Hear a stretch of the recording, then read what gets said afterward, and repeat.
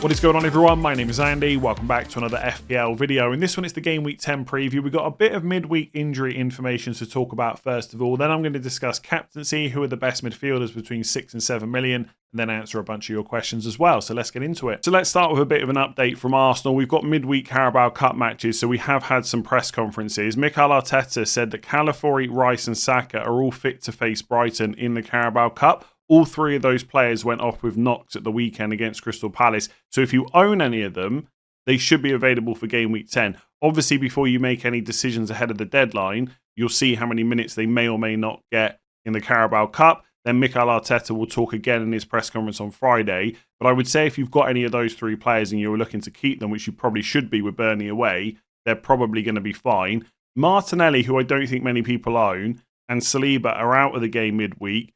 Arteta said he's not sure on the timelines of their returns. So there is a chance that Martinelli and Saliba might be out for Burnley away. I would say on Saliba, because some of you might own him, if he's out and you've got the spare transfer, just go and get Gabriel or Timber. Because I think they're better long-term picks anyway. So you can just use this as your excuse to jump off Saliba, because no one ever really wants to make a sideways move. But Saliba is the worst, I would say, out of the back four. Like Timber, Calafiori and Gabriel have all got genuine goal threat or assist threat as well. And Saliba, of course, can score goals. He's shown that last year, etc. But he's just not the main target from any set piece. And so if he's out and you've got the money, just go and get Gabriel or go and get Timber. That just seems like the best course of action. But we will hear again from Mikel Arteta on Friday. So let's see what he says. So we've also heard from Glasner ahead of Crystal Palace's game against Liverpool in the Carabao Cup. And he has said that Chris Richards is going to miss that game with a calf problem. And he was asked a follow-up question about whether or not he's a doubt for Brentford at home in Game Week 10. And he said, I don't think so at the moment, but we don't take any risks. So some of you might have already brought him in early. I'm not going to turn around and say this is why you don't make early transfers, because I've literally bought in Mateta, who could get injured midweek. But if you haven't already made an early move and you were looking at Richards, this is definitely enough to delay that transfer and wait to see what Glasner says ahead of the weekend match on Friday and whether he passes Richards fit or not. It's worth saying Richards has missed a couple of midweek games already in Europe. I just think that out of the defence, Mitchell, Muñoz, Lacroix, Gay, and then obviously Richards himself. Richards is the one that's most likely to miss out. So maybe this is just a midweek thing. They don't want to risk him. He'll be back and play all the Premier League games. But Game Week 14 is midweek against Burnley away. So if Palace have got Man United at home, Burnley away, Fulham away, and they don't think that Richards can play all three of those matches, which one's he going to miss? It's going to be the midweek one, the one where you probably want him against Burnley. And Game Week 12 is after an international break as well. There's always a slight risk there. Now, I don't think so far that Richards has missed any games in the Premier League. I'm just going to double check. Yeah, he started every single game, including after the last two international breaks. So I don't think Game Week 12 is a massive problem, but Game Week 14 might be. Now, should this put you off buying Richards? I don't think so, because it's potentially just one match he could miss. But obviously, if he is a doubt going into Game Week 10, you can't buy him. So I would just look to go to Lacroix or Gay instead. If you've got the money to buy a different defender and it's not going to block you from any other move, I would just consider that for safety. I just don't see Gay or Lacroix missing any games. And Muñoz is an absolute machine. And Mitchell we're not really looking at anyway. So if you've got him, don't panic yet. He's probably going to be fine for 10. But if you haven't bought him and you're considering it, one, definitely wait until Friday before making that move. And two, if you can get funds, maybe just go for a slightly safer pick, because I do think once you buy this Palace player, they're probably going to be in your team for a little while. Because although they have like Man City at home in 16, Fulham away in 15, if you had to play them in 15, it's not a problem. Then it's Leeds in 17, which is quite nice. And actually, if you look longer term than that, you know, Fulham at home in 19 is fine to play them in. Villa at home in 21, maybe even Sunderland away in 22. These could be quite long-term picks. Not necessarily, they don't have to be. And obviously, you've got transfers, you can move them on. But if you're eyeing them up as very, very long-term picks, maybe you just go for the slightly safer options. So let's talk about captaincy for Game Week 10. And Erling Haaland finally blanked last week. So suddenly this conversation is maybe a little bit more interesting. I've already had a couple of questions about whether or not this is the week to back against Haaland. The problem is, I'm not sure it is the week to go against him. Primarily because he's at home. We've already seen how well he's done over this season so far. He's averaging just over 1 XG per 90 minutes, which is absolutely ridiculous. And it's so difficult to back against him when he's at home.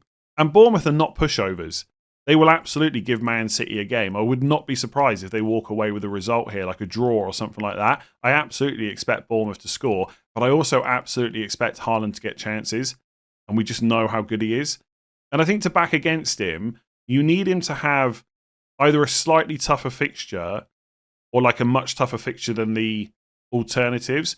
And when you look at the main alternatives, probably being Salah and Saka, how much confidence do you have that they're much better? Like if it was Bournemouth away, okay, maybe you look at Salah a bit more, maybe you look at Saka a bit more, but because it's Bournemouth at home, you really need to be confident that the other two can outscore him. And obviously they can, right? Salah and Saka are both really good players, but how much confidence do I have in that? I'm not so sure at the moment. Like I'd probably rather play Villa at home than Bournemouth at home, but there's not much in it at all. It's not like Villa are pushovers either. And obviously Liverpool are just not performing that well at the moment. And I know Salah just scored in the last game. And ultimately, results don't matter. Only FPL points do. So although Liverpool have lost again, Salah's got you points. That could happen again against Villa. But it's just not really working for Liverpool at all. Like 4 losses on the bounce. And it's not like they've been unlucky either. I don't know. If you've got Salah, and you said to me, I'm going to go for him over Haaland, I really don't hate it. And it's a huge differential. But if you're asking me who I think is the better option, it's Haaland. Then you look at Saka, and Burnley away on paper, really good fixture. We know how they're going to defend, right? They're going to defend deep, try and limit chances, just like they did against Liverpool. But they are the worst defence in the league. They've conceded nearly 2 XG per game on average. That's not great. So Arsenal will get chances in this game. But I just feel like to go Saka over Haaland, I need Haaland to have the away game and Saka to have the home one. Like if it was Burnley at home, then I could see Arsenal scoring 4 or 5 or something like that. And the substitute last week when Saka got brought off on 66 minutes doesn't really worry me because Arteta said it was illness and they were just making sure that he didn't get injured. But again, even without that, like let's say Saka is fully fit, we haven't actually seen much from him for a while either. We know he is a quality player, and I know part of the reason we've not seen so much this year is because he's been hampered with like reduced minutes because of injuries or whatever. Like 90 minutes against Man United, nothing. He did score against Leeds, but came off on 52 minutes. Then he's only back for 45 against Man City, didn't do anything. Then only 69 against Newcastle, didn't get anything. Did score against West Ham, which, by the way, how good is West Ham at home as a fixture? He got a goal, but that was a penalty. So he's not scored from open play or got an assist. Nothing against Fulham in 90 minutes. Nothing against Palace in 65. And then you look back to the end of last season, he didn't really do too much either after coming back from injury. So we know he's an amazing player. And I'm sure he will do really well this season once he's like fully fit and playing regularly 80 to 90 minutes most games. But I don't know. It's almost a leap of faith is probably a bit too dramatic, but it does feel a little bit like that. It's a leap of faith to go Saka against Burnley away over Haaland against Bournemouth at home. I think if you're going to go against Haaland, you need to wait for the weeks where he's playing away from home. Maybe you go against him against Liverpool, but then Liverpool are playing so badly at the moment, Haaland might be the best captain in 11. Like game week 12, where he's got Newcastle away, game week 14, where he's got Fulham away, then you've got some players with nice home fixtures. So game week 12, you've got Salah against Forest. And I appreciate none of you want to captain Salah right now. I get it. But that's a good fixture on paper.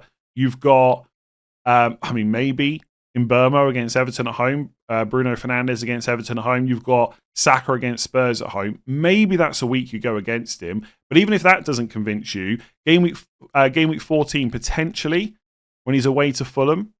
Like Fulham don't tend to concede a huge amount of goals most of the time. Saka's got Brentford at home. Bruno Fernandes and Mbeumo have got West Ham at home. Great fixture. If Palmer's back by then, which we need, I don't know if we'd have the confidence to captain him, but he's got Leeds away. Or Liverpool got Sunderland at home. I think they are the weeks to look at going against Haaland. And it's not to say you can't do it this week or next week, but if you're asking me to be a bit more confident on going against him, it's probably 12 or 14. I'm eyeing up potentially going Fernandes or Saka in 12 and 14. Outside of that, Bournemouth at home, Liverpool at home, Leeds at home in 13, Sunderland at home in 15. It's going to be Haaland. It's going to be Haaland in 17 against West Ham at home. The other away game is 16, Palace away, which I've not checked the fixtures that week. Yeah, I mean, Saka's got Wolves at home. Like, that is a fantastic week to go against Haaland because we know how good Palace are. So I know it feels like right now it's just Haaland. It's really boring. There are going to be weeks if you want to go against him where I think it's going to be more viable. And look, I would not begrudge anyone going Salah or anyone going Saka. It's Burnley away on paper. It could be a huge score.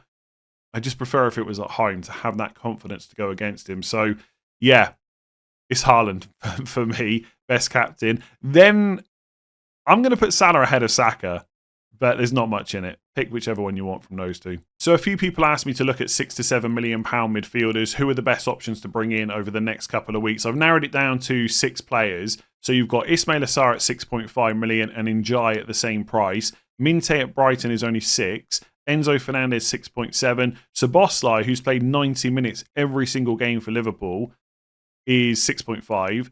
And then Declan Rice went up in price last night to 6.7. And as I mentioned earlier, he should be fine for midweek. So presumably he'll be fine for game week 10 as well. Short summary is, if you're buying this week, you should probably buy Ismail Assar. At least that's what I would do. He'd be my number one target. And I said this at the start of the week. There is going to be so much chat about Crystal Palace players for game week 10. It's going to feel like they're overhyped. And I get that. But I still think that Sarr is the best pick. Like 3 home games in the next 4, Brentford, Brighton, and then Man United in 13. And the away games in the next 5 are Wolves away in 12, good fixture, Burnley away in 14, good fixture. The other thing I quite like about Sarr, and this is only a minor point, is I was looking last night, there is a couple of jump-off points for him, which are just quite obvious, because he will go to African Cup of Nations for game week 17. So Fulham away in 15. If you get to 15 and you've got a couple of transfers spare, which you need to get rid of, because in game week 16 we're all going to get topped up to 5 transfers, then you can just get rid of him before Fulham away. Or when you get to 16 with your 5 free transfers, you just sell him before Man City. Not that Sarr is terrible for either fixture, but there's a clear jump-on point, which is now, and a clear jump-off, which is 15 or 16, depending on your transfers. So I really like him. I think he is the best pick out of this 6. We saw last year, I think he got 15 attack and returns. He is the main goal threat outside of Mateta. He is where I would go. With the rest of them, I would rule Declan Rice out personally, not because I think he's bad for 6.7. I just think there's 3 better Arsenal picks. That being said, there is a chance next week that I will sell Gyökeres and not buy Saka. So I might actually just go with double defence for a couple of weeks before I decide on whether or not to pick up a third Arsenal. So it's not absolutely crazy to go for Rice as your third pick, but I still think I'd prefer to buy Sarr, or I'd prefer to buy Njai, because Everton have got Sunderland away this week, followed by Fulham at home, Man United away, Newcastle at home. Now, and then actually it's Bournemouth away in 14. Now, I look at those fixtures, and I'm not quite sure how difficult I think they are. Like, Sunderland have played really well, but am I at the point where I'm worried about buying an attacker before they play them? Maybe I should be, but I don't think I quite am yet. And then the Fulham game's at home, so that's fine. And then Man United have got 3 wins on the bounce and have done quite well. But are they back? Is that now a really difficult fixture? I'm not sure it is. And then Newcastle's not easy, but it's at home. So in some ways, I look at Everton's fixtures and think they're quite tough, but I also think they're not that bad. And Njai is absolutely nailed on 85 minutes per start and on penalties. So I think if I was buying, okay, Burnley away is great for Arsenal this week, but I just think for the next 5 weeks, who would I prefer to have in my team, Rice or Njai? I'm taking the penalty taker, I think. So I would go Njai over Rice. So I've kind of written Rice off as a pick in this bracket, but it's not because I think he's bad. Please, let me make that clear. Minte I really like because he's cheap at 6 million. And Brighton's upcoming fixtures are really good for quite a while. So the next 6 are Leeds at home, Palace away, Brentford at home, Forest away, Villa at home, West Ham at home. And then when you get past that West Ham game in 15, there are a couple of tough fixtures, but there's also some really good ones as well. So yeah, 16 is Liverpool away, not ideal, but then it's Sunderland at home. Then it's Arsenal away, but then you get West Ham away, then Burnley at home. So apart from Liverpool away in 16 and Arsenal away in 18, the fixtures from now until pretty much game week 20 are just really good. And he's not going to African Cup of Nations, so he'll play the whole way through. He's first choice right wing, and when Matoma misses out, he plays on the left. His minutes have been really good. He started every single game, I think, so far this season. Let me just double check. Yeah, he has. 85 minutes per start, and he's put up 0.2 expected goals per 90, 0.17 expected assists. So similar enough to Njai, but obviously he doesn't have penalties, but you save 0.5. So I really like Minter, but I would buy Saar or Njai before him. Enzo is still good because presumably he's first choice penalty taker with no Palmer. The fixtures are good, especially 11, 12 and 14. But I don't know if I'd buy him before Spurs away. If you've got him, you obviously keep him. But if you're looking to buy him, you probably wait till 11. So let's say you need 2 players off this list. Maybe you go Saar this week. And then next week when you're looking at it, perhaps you buy Enzo instead of Njai. I don't hate that. Especially if you're looking at free hit 13, which is an option. Because then you skip the Arsenal game and all of a sudden you've got Wolves at home, Burnley away, free hit him out, Leeds away in 14. Szoboszlai is an interesting one. If he's going to keep playing 90 minutes every week and play in midfield, then he is a genuine option at 6.5. And I really do believe that despite how good Liverpool's fixtures are from 12, I don't think many people are going to be tripled up. I really don't. Now, it's going to depend on your team setup, but I've looked at my own team, for example. I get to game week 12 with just Van Dijk, with my current transfer plans, and there's no attacker that I want to sell to go and get Gakpo, and I don't have the money to go and get Salah. So spots for Liverpool. Like, honestly, I can't believe we're at this point. Right? If you'd asked me at the start of the season, that would sound crazy. But I think we're going to go into game week 12, and I don't think people are going to be massively in a rush to get triple. Like, usually you'd be looking at Salah, Gakpo, Van Dijk, or something like that. I don't think there's going to be a rush to do that. So it's a bit like the Declan Rice situation. Going for Szoboszlai, usually you wouldn't do that because it's going to block a better Liverpool player. I don't think it is at the moment, unless something dramatically changes over the next couple of weeks. My main concern with him would be how many times is he going to go and play right back instead of Bradley or Frimpong? Because let's be real, the fullbacks for Liverpool have not been good. Like, Bradley's not a bad player, but I don't think he's played particularly well. Kirkhead's left back, yeah, we won't even go there. So there might be some games where Slot's still trying to figure it out in midfield, and he tries to put Gravenberch and McAllister and Wirtz and Szoboszlai in the team, and Szoboszlai has to play right back, and that's just not so good. But he is taking some set pieces. He is playing 90 minutes literally every game. And if he plays in midfield, I like him from game week 12. I just think you've got to wait until game week 12 for Liverpool. Like, you might as well just skip the Man City away game and then reassess. Like, I think with Liverpool, because of what's going on right now with them, you want to be absolutely sure you've got the pick you want. And so you might as well give yourself a few more games to decide. So if I'm buying this week, I go Saar. I also like Njai next, but Minter's a good alternative at 6. And if you're buying next week, there's maybe an argument to go for Enzo Fernandez. But Maresca does keep saying that he's struggling with a bit of a problem or not training properly. Same with João Pedro at the moment. So slight concern there. Declan Rice is fine. He's just not one for me.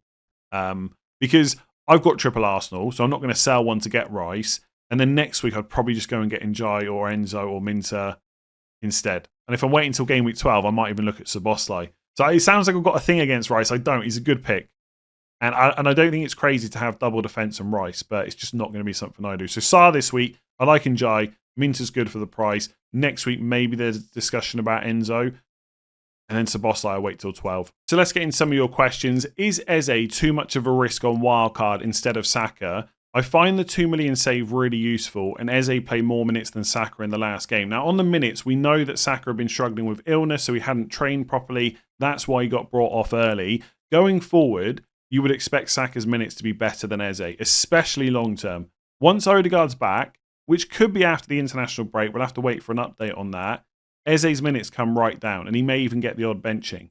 So for me, Eze's a very short-term pick, probably for 10 and 11. After that, who knows? Now, if you're on Wildcard and you've got a couple of transfers saved up, and you want to go Eze to sell him later on, that's absolutely fine. But don't feel like you have to have...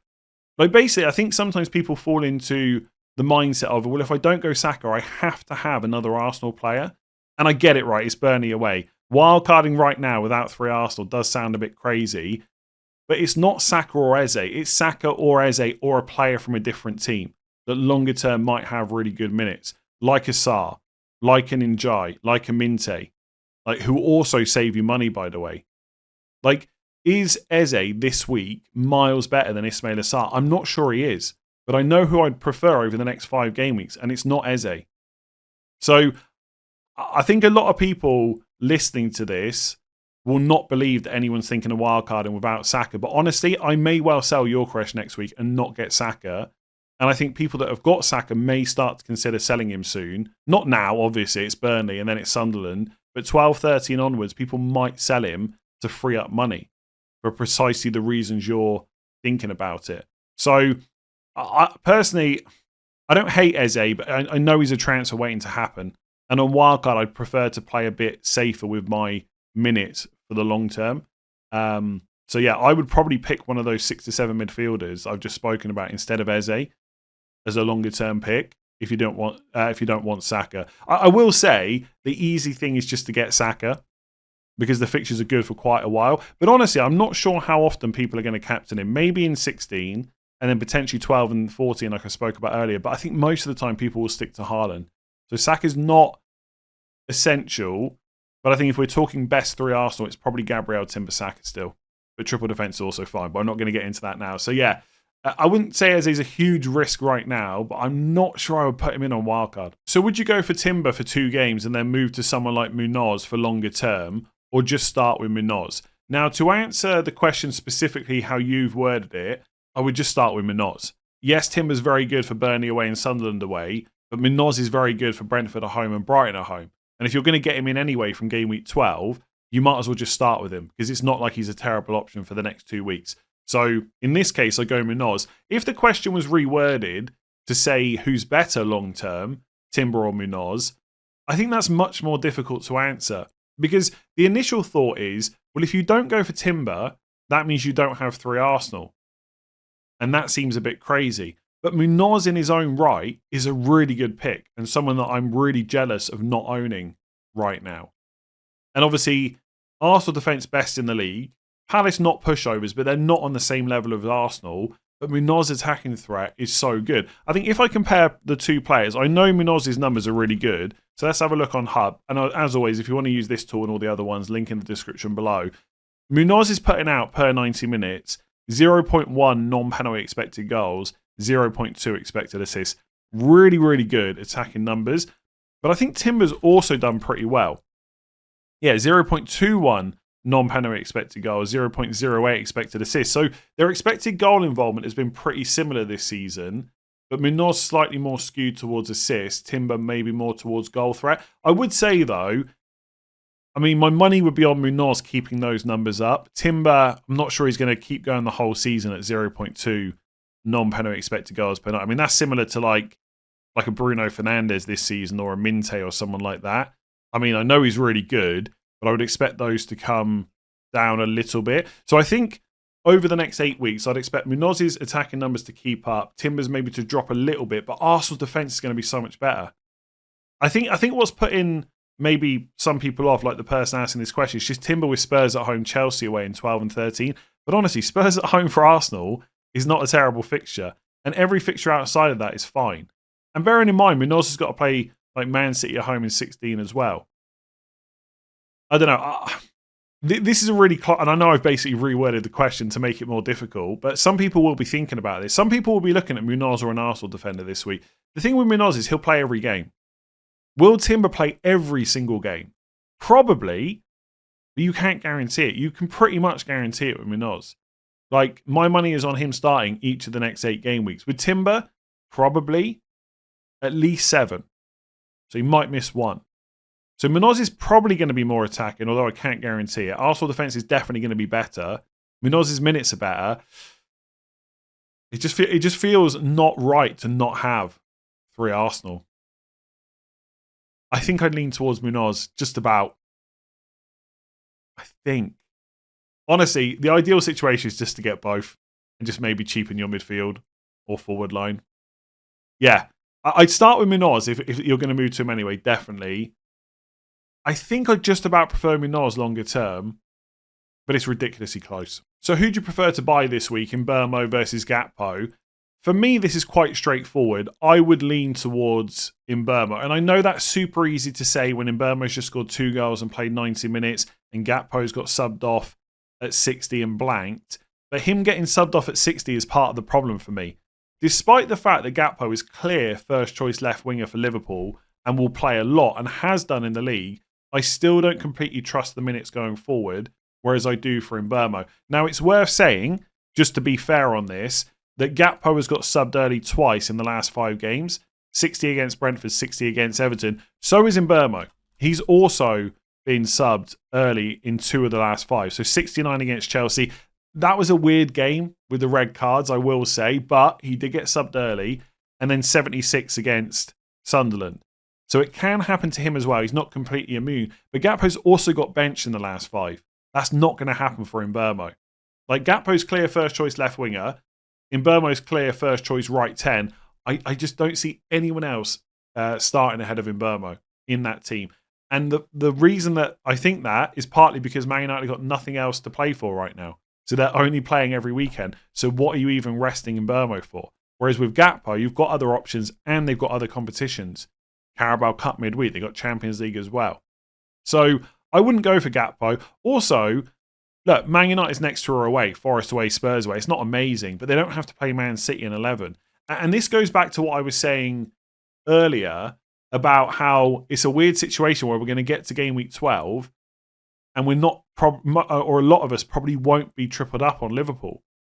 Because you look at Forest, so game week 12 for Liverpool, Forest at home, West Ham away, Sunderland at home, Leeds away. Really good fixtures. That 4-game week span is really, really good. You wouldn't handpick much better than that. But you look at Man United's 12 to 15, Everton at home. I mean, is that much worse than Forest? Not really. Like, it's fine. Palace away in 13 is tougher than West Ham away. No doubts about that whatsoever. But then they've got West Ham at home, Wolves away. I think West Ham at home and Wolves away is better than Sunderland at home and Leeds away.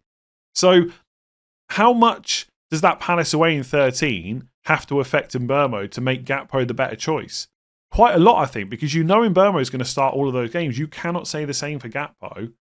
And West Ham at home in 14 and Wolves away in 15 is really good for Mbeumo anyway. Like, longer term, Mbeumo will go to African Cup of Nations. But by that point, you've got transfers to deal with him anyway.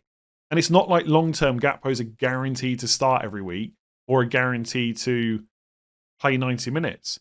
Now, I will say, when he got benched, Gakpo, against Palace, they did play better in the second half when he came on. So I wouldn't expect him to get benched much, but it could happen. So this is the thing, right? And I've discussed this with kind of Arsenal players in the past as well. You always want to look at fixtures, absolutely. And you want players from those teams if you can. But it doesn't always make sense. Sometimes it's better to go and get a player from a different team you know is going to play, even if the fixtures are slightly worse. And with Mbeumo, they're not really. Like, okay, Palace away is not as good as West Ham away, but he doesn't have to play Man City away in the next 6-7 game weeks. Yeah. And also, when you look at the stats for the two, so if I just go to Mbeumo per 90, like, he's putting up 0.34 non-penalty expected goals per 90. He's Man United's biggest goal threat from open play, 0.24 expected assists. So he's pushing close to 0.6 expected goal involvement. For Gakpo, he's quite close. He's also pushing kind of 0.6. But he doesn't always play 90 minutes, or at least I don't think he'll play 90 minutes as much as Mbeumo. So Gakpo is a really good pick. I want to make that clear if you're confident in the minutes. But I think between these two, I think it's Mbeumo. I really do think it is, even with the price difference. Because I just think you get to that 12 to 15 span and you know pretty much Mbeumo is going to start every game. You cannot say the same about Gakpo. And as soon as he starts missing games, that's a problem, I think. So lots of either-or questions this week. Who's the priority to sell, João Pedro or Jarrod Bowen for Mateta? Or should we hold both for a few more weeks and then make the move? Now, because of the fixtures, you could maybe make the case it's worth holding on to both of those. But honestly, if you've got a spare transfer and it's not going to cost you a hit, I'd probably just get Mateta. He's better than both of these two for the next kind of 5 weeks, and he's on penalties, which neither of these two players are. So I probably would just get Mateta if you got the spare move. And it kind of helps that João Pedro's away to Spurs this week and Bowen's at home to Newcastle.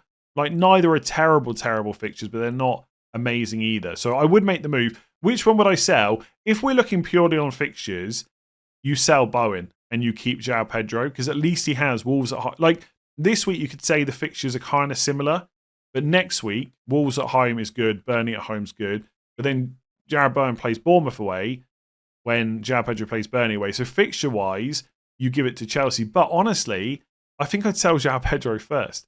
The guy just is not shooting. And I want to be like careful about constantly saying that, because there was a time last year where Mbeumo went like 4 game weeks in a row, hardly having any shots, hardly generating any XG. And we kept commenting about it, and then all of a sudden he absolutely smashed it. João Pedro's a really good player. He's not going to continue getting no goals, no assists. It will come. But at the moment, it does look difficult to see how that's going to happen. And Maresca keeps saying that he's not quite 100%. He's not quite training properly. With Jarrod Bowen, you don't have those concerns. He plays 90 minutes every single game for West Ham. They've got no other competition to worry about. So I think despite the fixtures, I sell João Pedro first. And then with Bowen, you keep him for Newcastle at home, Burnley at home. And then you decide what to do in game week 12. If you've got the luxury of selling him, you do that. If not, at least you know he'll keep playing. And at least you know at some point he will shoot. João Pedro is just not happening. And it's not going to continue, I know that. But it just doesn't look great. So I would sell João Pedro before Bowen, probably. Thanks for watching. If you enjoyed that, make sure to give it a like and hit that subscribe button. I'll be back for team selection tomorrow. I'll see you then.